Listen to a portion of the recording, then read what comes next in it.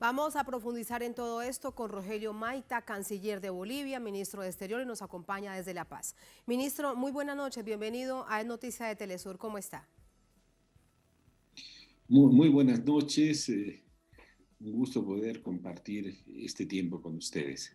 A usted muchísimas gracias. Ministro, escuchábamos hace minutos al ministro de la Defensa de su país de Bolivia entregando nuevas pruebas sobre la evidencia con respecto a esta carta. Pero a usted le quiero pedir que comencemos desde el principio a desenmarañar toda esta historia que ha salido a la luz la víspera a través de una declaración que usted entregaba. ¿Cómo se descubre esta carta en donde se muestra de manera detallada el envío de este armamento del gobierno de Argentina, del entonces presidente Mauricio Macri, a los golpistas en cabeza de Yanine Áñez? Bueno, toda estas deducciones empiezan a tener luz a propósito de material que encontramos en Cancillería de correspondencia. Primero en el caso de Ecuador, ¿no? Hace unas semanas atrás se hizo público también que el Ecuador el Ecuador de Lenín Moreno habría enviado también material, ¿no?, pertrecho para la represión militar policial que se dio aquí en Bolivia.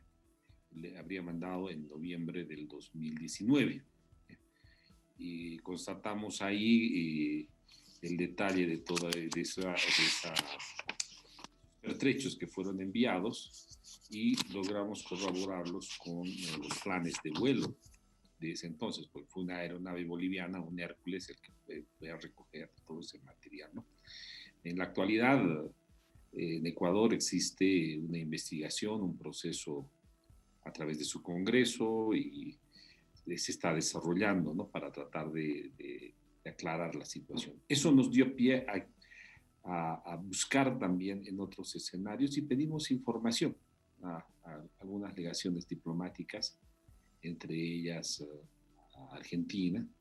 Eso motivó que ellos revisaran sus archivos y encontrasen la nota que dimos a conocer el día de ayer, ¿no?, que de forma clara expresa el agradecimiento del entonces comandante de la Fuerza Aérea Boliviana, ¿no?, por haber recibido lo que denomina material bélico.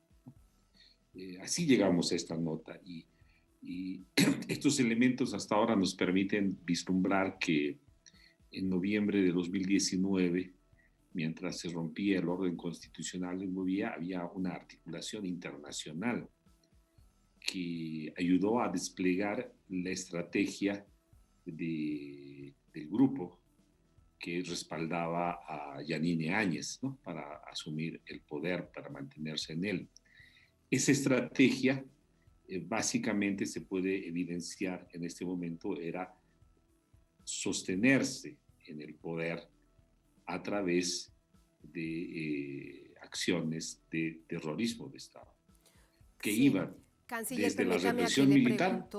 aquí le pregunto Sí, algo, canciller, con respecto a la articulación internacional.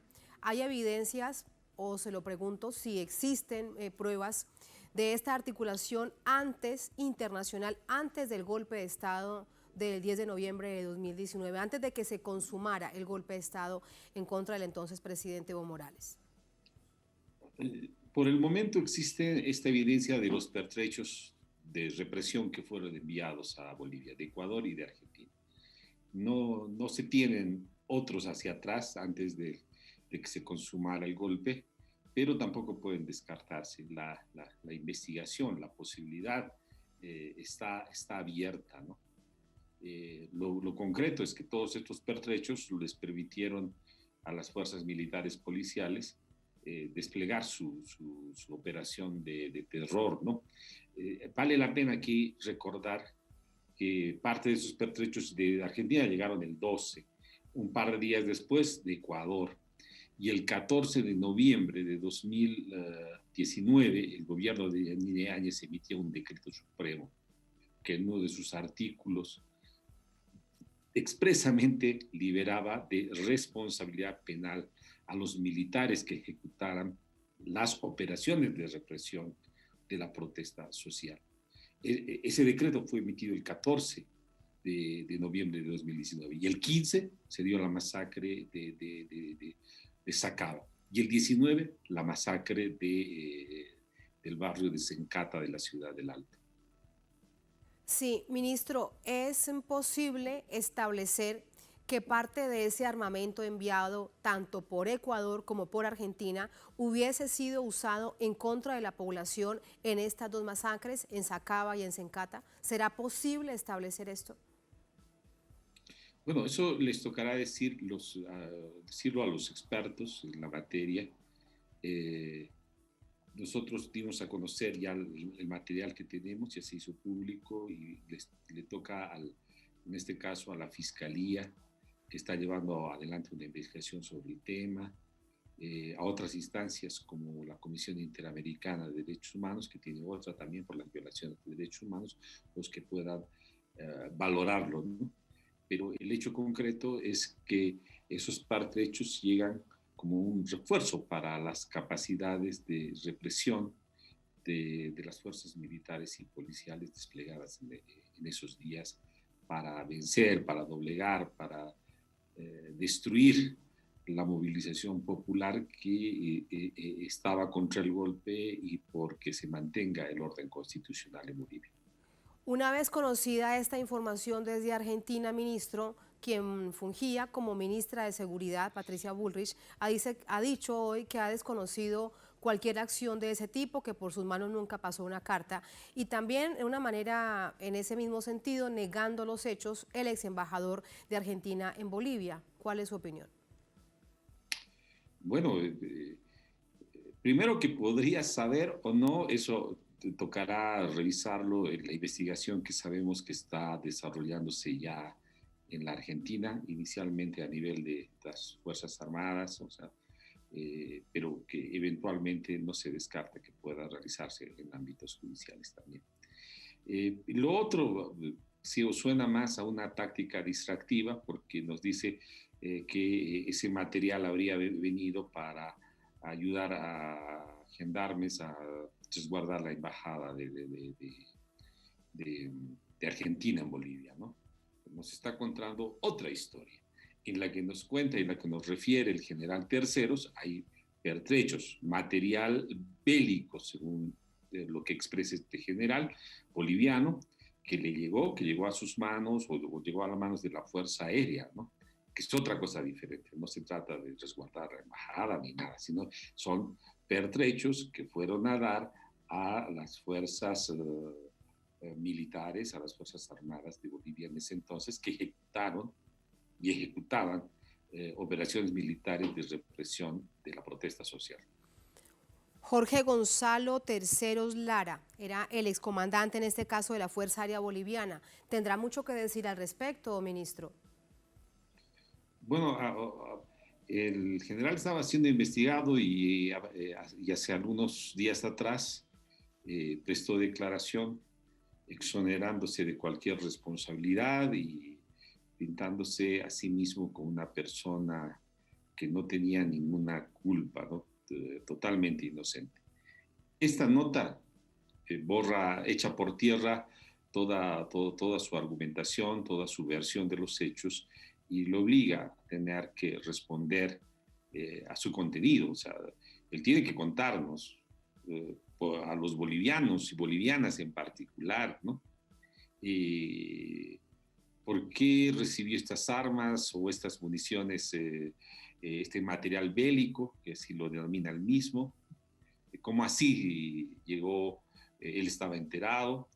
¿Cómo así se saltaron todas las regulaciones que existen en Bolivia?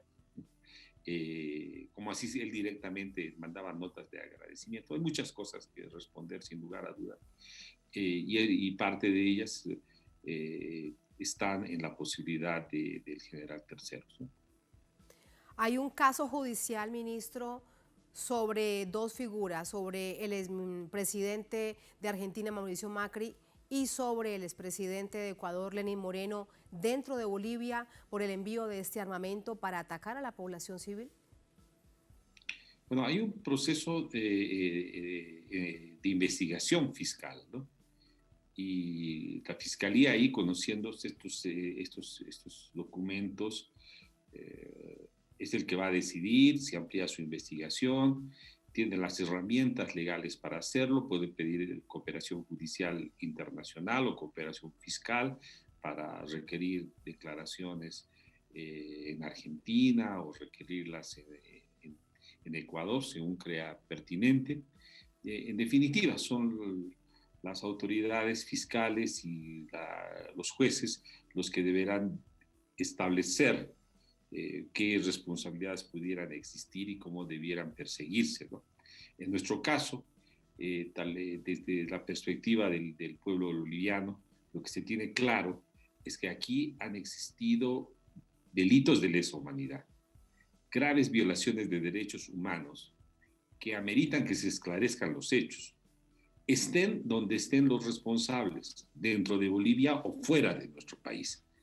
Y eso es una convicción absoluta, porque no podemos, tenemos la conciencia de que no podemos dejar en la impunidad estos hechos.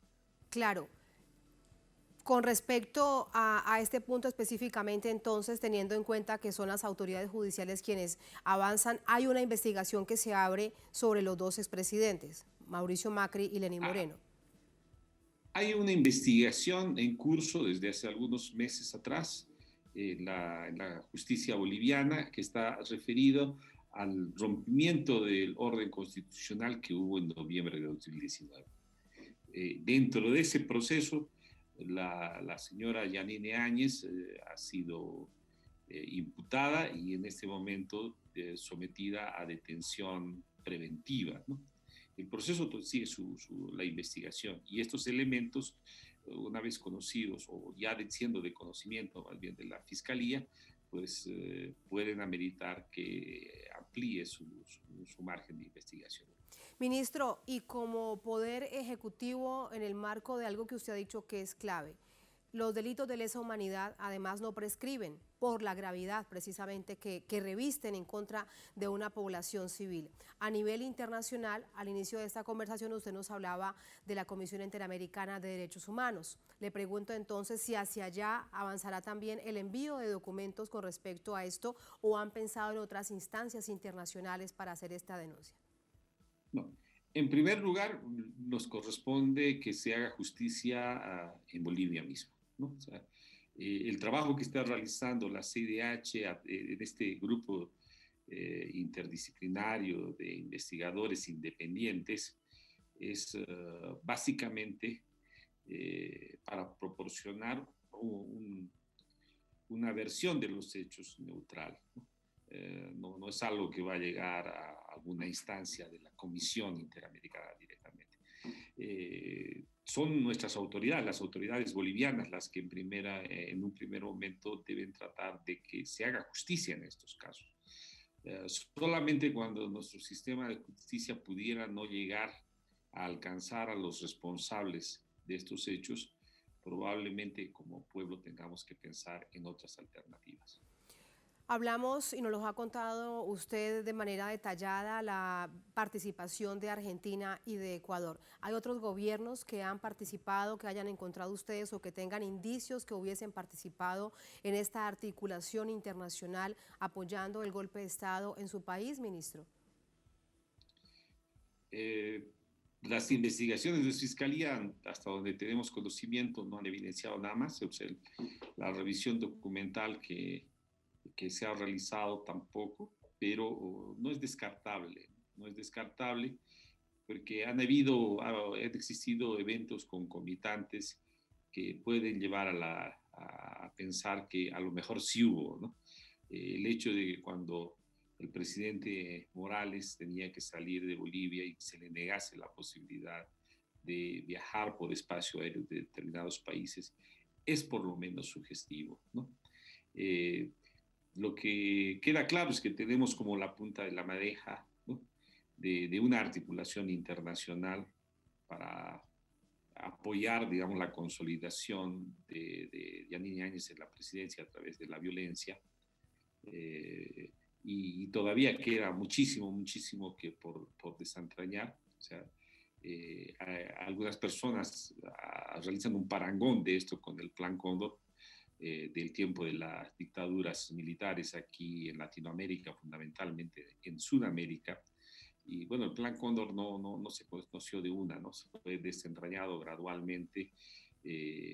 Muchos documentos se han perdido o los han hecho desaparecer, algunos se han podido rescatar. Bueno, si ocurre, es muy probable que en este caso ocurra igual, pero consideramos que en el futuro van a haber otros hallazgos, ¿no?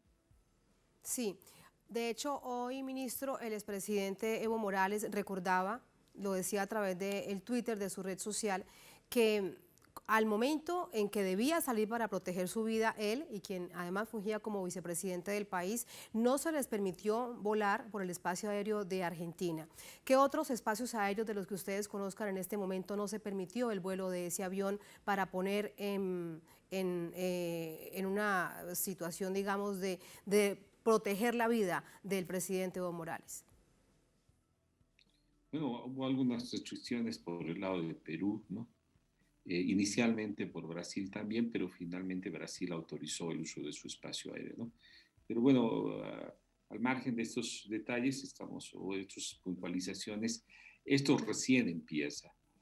Estamos seguros que con el proceso del tiempo y el avance de las investigaciones, van a ir saliendo otros detalles de lo que fue esa articulación internacional en esos aciagos días de noviembre para los bolivianos y bolivianas. Por último, ministro, todo esto vemos cómo quebró de una manera tan profunda lo que quedaba de la integración latinoamericana, su percepción personal ahora en términos de cómo reconstruirla, de cómo tratar de volver a hilar eso que nos ha unido con tanto esfuerzo en UNASUR y en la CELAC, por ejemplo. ¿Cuál es su visión acerca de todo esto, de cómo este golpe de Estado en Bolivia, este quiebre institucional, con el apoyo de estos gobiernos, generó tal situación de alarma en el continente? No. Bueno, la destrucción de los procesos de integración o de algunos procesos de integración regional han venido por intereses foráneos, pues, o sea, UNASUR no quedó desarticulada, digamos, porque sus integrantes nomás lo quisieron. Hubo ahí intereses foráneos. Pero esta pandemia nos ha mostrado que necesitamos mucho precisamente de esos mecanismos de integración, ¿no? Otra cosa habría sido la pandemia del COVID si hubiésemos tenido una sur fuerte, ¿no? Un ALBA que lo esté igual, manera robusta, ¿no? Y esas necesidades concretas, en definitiva, nos van a llevar a afianzar nuestros procesos de integración. En este momento estamos teniendo que recurrir para salvarnos de la pandemia a ciencia, tecnología, capacidades productivas, en lo que hace fundamentalmente a vacunas que van más allá de las fronteras de nuestra región, están por Estados Unidos, por Europa, por Asia, ¿no? Tenemos que potenciar esas nuestras posibilidades, esas nuestras capacidades, y creo que es un punto de encuentro concreto, de una necesidad concreta para el futuro que nos pueden ayudar precisamente a robustecer nuestros procesos de integración. En el futuro, si no nos unimos en la región, si no somos capaces de articular nuestros esfuerzos, nos va a ir muy mal en este mundo en el que se está cayendo una hegemonía, eventualmente pretenden otros asumir ese rol, pero que en definitiva va a estar por un buen tiempo todavía para adelante, sujeto de los vaivenes de esa conflictividad internacional. Con esta reflexión lo despido, ministro. Muchísimas gracias, muy buenas noches. Gracias por ese tiempo para Telesur. Buenas gracias, un saludo. Muchísimas gracias.